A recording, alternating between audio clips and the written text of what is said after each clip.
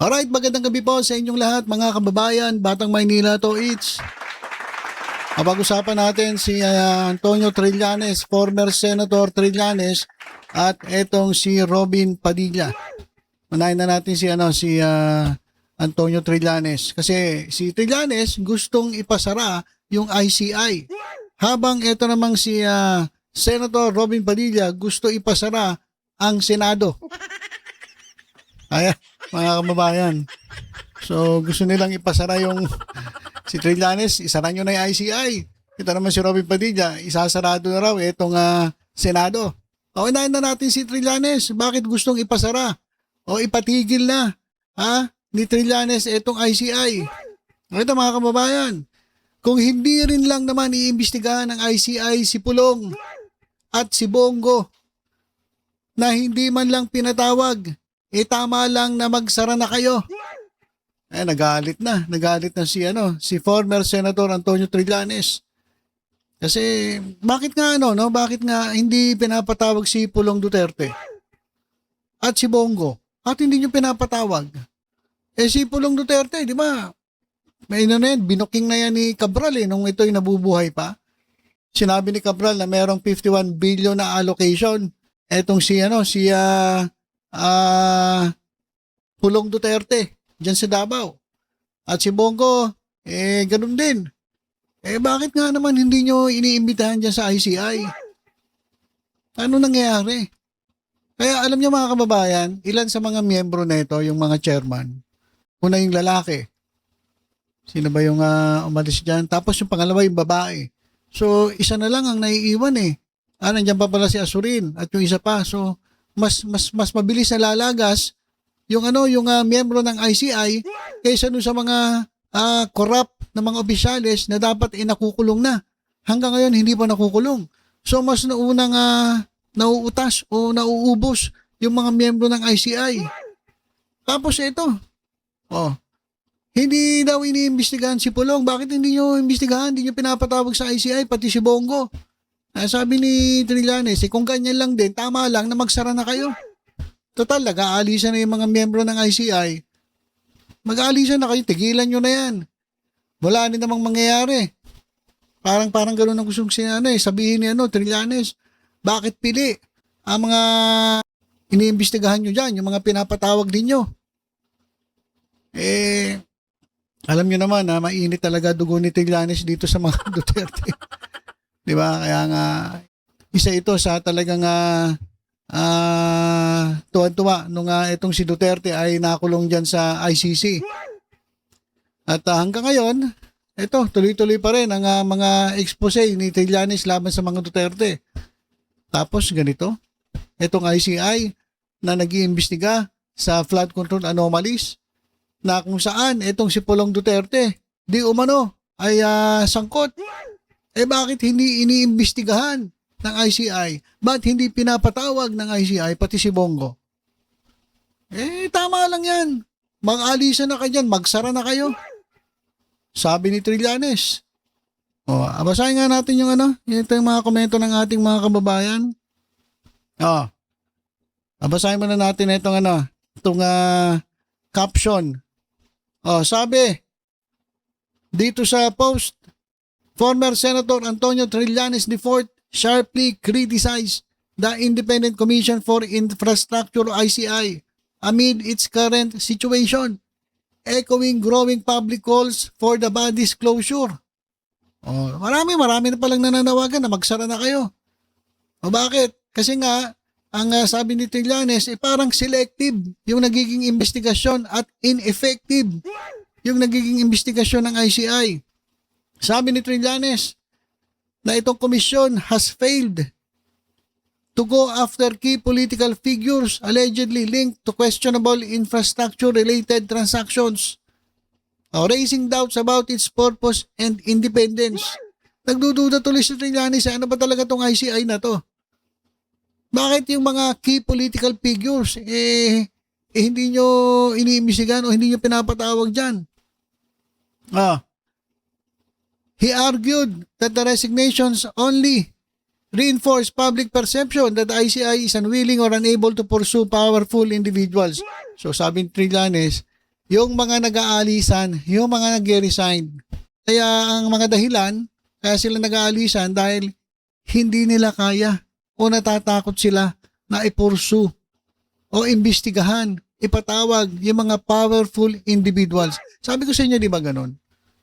Yung iba dyan, sinasabi lang nila, tapos na yung trabaho nila, pero alam nyo, feeling ko natatakot sila para sa kanilang mga buhay kasi nga malalaking tao, mga may influential tao, yung nababangga nila. Kaya umi-scared na, umi-exit na sila. Kasi mga kababayan, yung mga malalaking tao, o ano, pag pinatawag mo yan, ano mangyayari? Baka pag-initan ka niyan. Kaya nga sabi ni Trillanes, kung ganun lang din, yung mga key person, yung mga key key individuals, powerful individuals, key political figures, kung di nyo kaya yan, tigilan nyo na yan. Kung hindi rin lang naman iimbestigahan ng ICI si Pulong na hindi sumipot sa hearing kasi meron siyang 51 billion insertions at si Bongo na hindi man lang pinatawag kahit siya ay nagbigay ng almost 200 contracts worth 7 billion sa tatay at kapatid niya, tama lang na magsara na kayo. Galit na galit si Trillanes. Di ba? Bakit kasi ayaw niya patawag si Bongo? Ayaw niya patawag si Pulong Duterte? Natatakot kayo?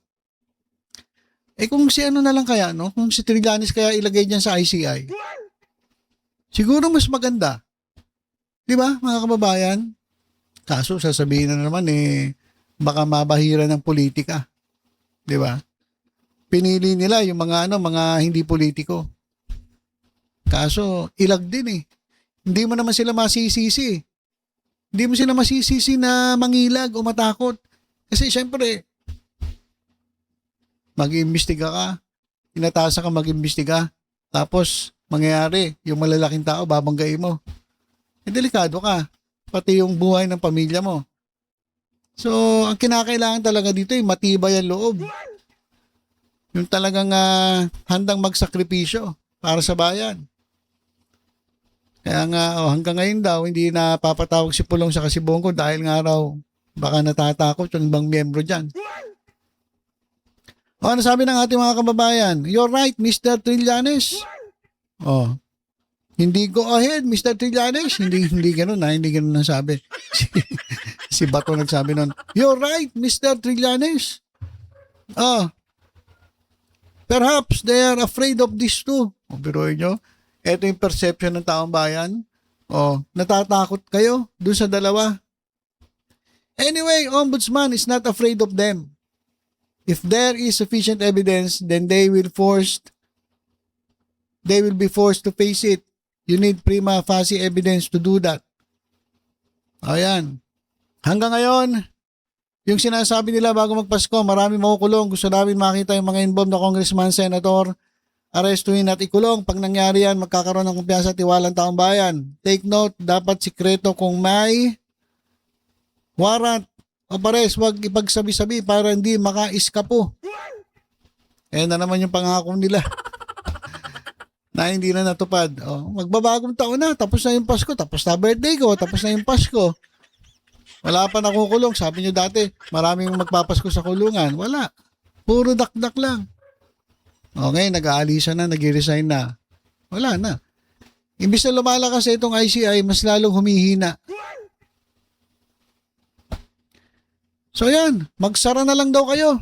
Isara nyo na lang, tigilan nyo na yan. Parang wala din namang mangyayari dahil selective. Sabi ni Trillanes, selective.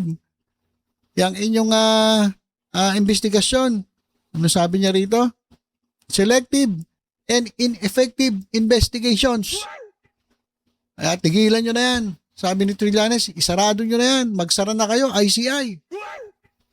Ayun yung sabi ni Trillanes. Ito naman si Robin Padilla, ang pinapasara niya Senado.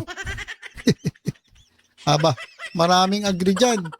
Ako, mag-agree ako dyan kapag sinabi isara na Senado kasi unang-una, wala rin Damay-damay, Kongreso, House of Representatives, Senate, pare-parehas kayong may mga insertions Base dun sa mga nababalita. Paano ba? Wala na bang matino sa inyo? Wala naman tinusay nyo, pare-pares lang kayo. Magsara na kayo. Isarado nyo na yung sarado nyo na yung Senado na yan. Pati House of Representatives. Wala rin eh. Ha? Ano sabi ni si Robin Padilla? Basahin nga natin bakit niya pinapasara yung Senado. Ito. Sabi ni Robin Padilla na napupustrate siya. Dahil sa escalating dispute between the Senate and the House of Representatives over alleged flood control anomalies and budget insertions, proposing a shutdown of Congress to prevent further escalation of the conflict. Para matapos na. Para wala nang away-away. Para wala nang kukontrahan. Isarado na yung Congress. Sabi ni Padilla, criticize niya. Yung dinescribe niya as infighting and grandstanding between the two chambers. Warning that the core issue of flood control could be overshadowed. Mga kababayan, sabi niya, kung ganito ang Kamara at Senado nyo, turuan at pabidahan, isarado na po natin ito para sa katahimikan ng lahat bago pa kami pagsabungin at tuluyan ng mailigaw ng issue ng flood control.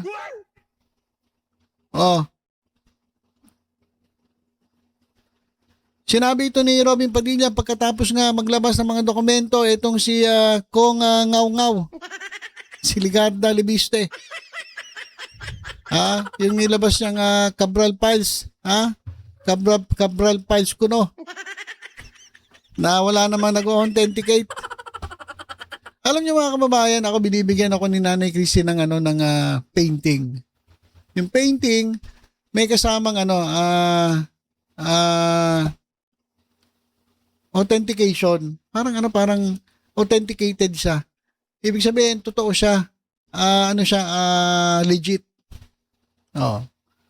Certificate of authenticity. Yun po yung kasama kapag nabibigyan tayo ni Nanay Christy ng painting. Kay Nanay Christy, maraming salamat po Nanay Christy. Merry Christmas and Happy New Year po sa inyo. Merong certificate of authenticity.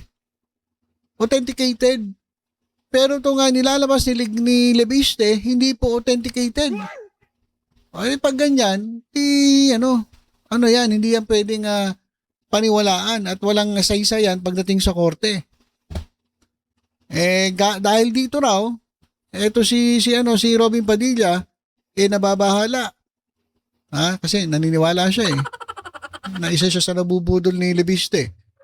So, anong nangyari? Nagkakaroon ng turuan at pabidahan daw itong Senado at itong House of Representatives. Kaya pinakamaganda, isara na ang Senado, ang Kongreso. Sabi ni Padilla. Para sa kanya, okay lang isara kasi wala naman siyang ginagawa dun.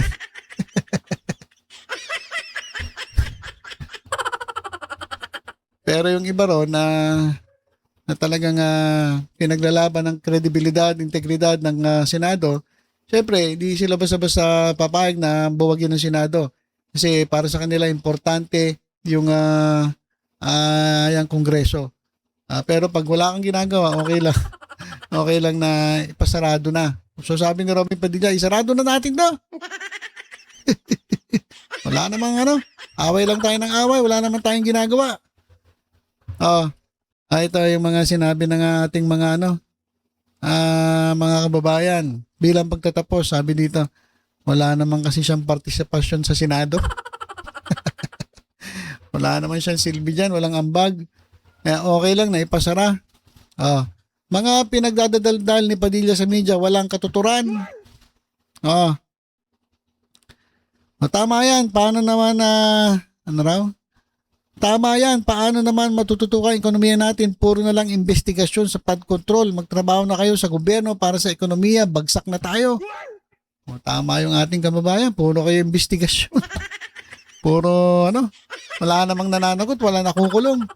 Nag-aaway-aaway pa sila. Tigilan na yan. Tigilan. Sabi nga ni Trias, tigilan na yan.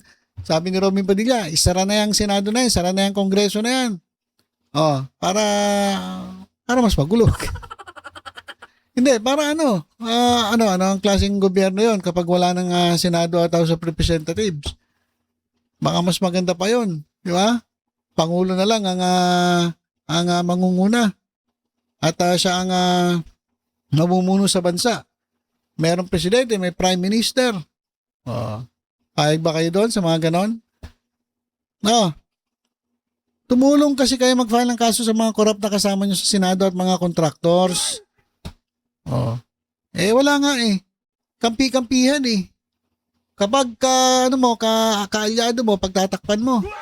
Ganon ang nangyayari dyan sa House of Representatives. Ganon din ang nangyayari sa Senado. So walang kwenta. Pinakamaganda talaga, isarado na yan. Unahin, sarado yung ICI. Pagkatapos, isara ang Congress. Tapos, kasi wala naman nangyayari. Di ba? Wala namang nangyayari. Tama naman si Robin eh. Mauna kaya mag-resign. Yan to, Robin. Mag-resign ka kaya. Manawagan ka na mag-resign lahat ng miyembro. House of Representatives sa Senado. Pangunahan mo, mag-resign ka bukas. Tapos, sasamahan ka namin mag-rally, papasara natin yung Senado sa kayang House of Representatives kung wala rin namang nangyayari. Di ba? Tama naman eh. Tama naman si Trillanes. Isara ICC dahil selective eh. Isara yung Senado at House of Representatives. Sabi ni Robin Padilla, wala naman nangyayari din eh. Isara na lahat yan. Di ba? So ayan mga kababayan. Ito na naman imbis na ayusin. Robin talaga mas lalong gusto gulo eh, di ba? Imbis na mag-suggest na mas maganda na ayusin natin to, wala eh. Mas gusto pa mangyari. Mas lalong magkagulo eh. Di ba? Alright, so ilan po muna mga kababayan ang ating update. Ngayon po ay December 28. 3 araw na lang ay bisperas na ng bagong taon. Kaya ngayon pa lang binabati ko na po kayo ng manigong bagong taon sa inyong lahat. Happy New Year po sa inyong lahat mga kababayan. Sa mga ating subscribers sa Batang Maynila Toys YouTube channel, Happy New Year po sa inyong lahat. A blessed New Year. Naway pagpalain po kayo sa darating na taon. At sana po ay gumanda na ang takbo ng ating gobyerno. Sabi nga ni Cara David, mamatay na lahat po ng mga korap dito sa gobyerno. Mamatay na raw lahat ng korap, lahat ng mga magnanakaw dito sa gobyerno. O kaya naman, sana mangyari yung sinasabi ni Robin Padilla, magsara na yung Senado at House of Representatives para wala na mangungurakot. Diba? So ilan po mga kababayan, tutok-tutok lang po dito sa Batang Maynila Toys sa iba pang updates. Ingat po tayong lahat. God bless po.